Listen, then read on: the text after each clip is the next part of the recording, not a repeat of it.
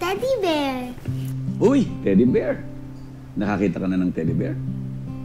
Opo, sa TV. Ah. Oh, bakit naman walang muka?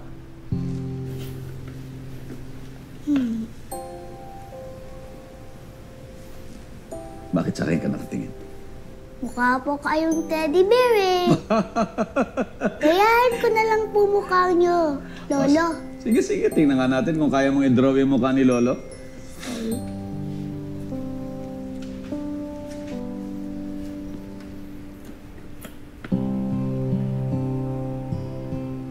Ni? Uy! Kamukhang kamukha ako nga. Galing ah! Parehong-pareho ka talaga ng Tita Rain mo. Beautiful.